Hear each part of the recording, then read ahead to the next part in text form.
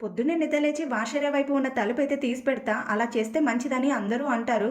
కానీ నేనేమో ఏ రీజన్ లేనిదే చేయను. చెప్పే రీజన్ మాది పడమట వాకిలి. వాషేరియా ఏమో తూర్పు వైపు ఉంటది కాబట్టి సూర్యకిరణాలు లోపలికి రావాలని ఇలా చేస్తాను. ప్రత్యక్ష దైవానికి దండం పెట్టుకొని పనులైతే స్టార్ట్ చేస్తాను. బీన్స్ ఫ్రై చేద్దామనేసి సాల్ట్ వాటర్‌లో బీన్స్ నానబెట్టుకున్నాను. రేపటికి బ్రేక్‌ఫాస్ట్ ఇడ్లీ చేద్దామనేసి మినపగుళ్ళు అయితే నానపోసాను. ఆల్రెడీ నానబెట్టుకున్న బియ్యం అయితే వెలిగించాను. ఉడుకుతుంది. ఒక పక్కేమో కుక్కర్ నన్ను చూసి విజిల్ వేస్తుంది. అంటే పప్పు ఉడికిపోయింది. నువ్వు తొందరగా పప్పుచారు చేసుకోమని.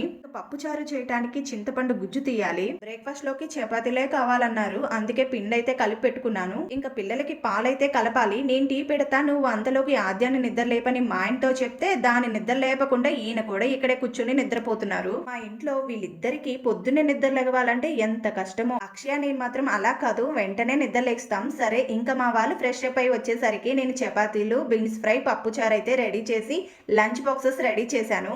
వేడి అన్నంలోకి వేడి పప్పుచారు, వెల్లిపాయ కారం వేసుకొని తినటం అంటే మా అక్షయ్కి ఇష్టం. అందుకే బస్సు కోసం వెయిట్ చేస్తూ ఇలా తింటుంది.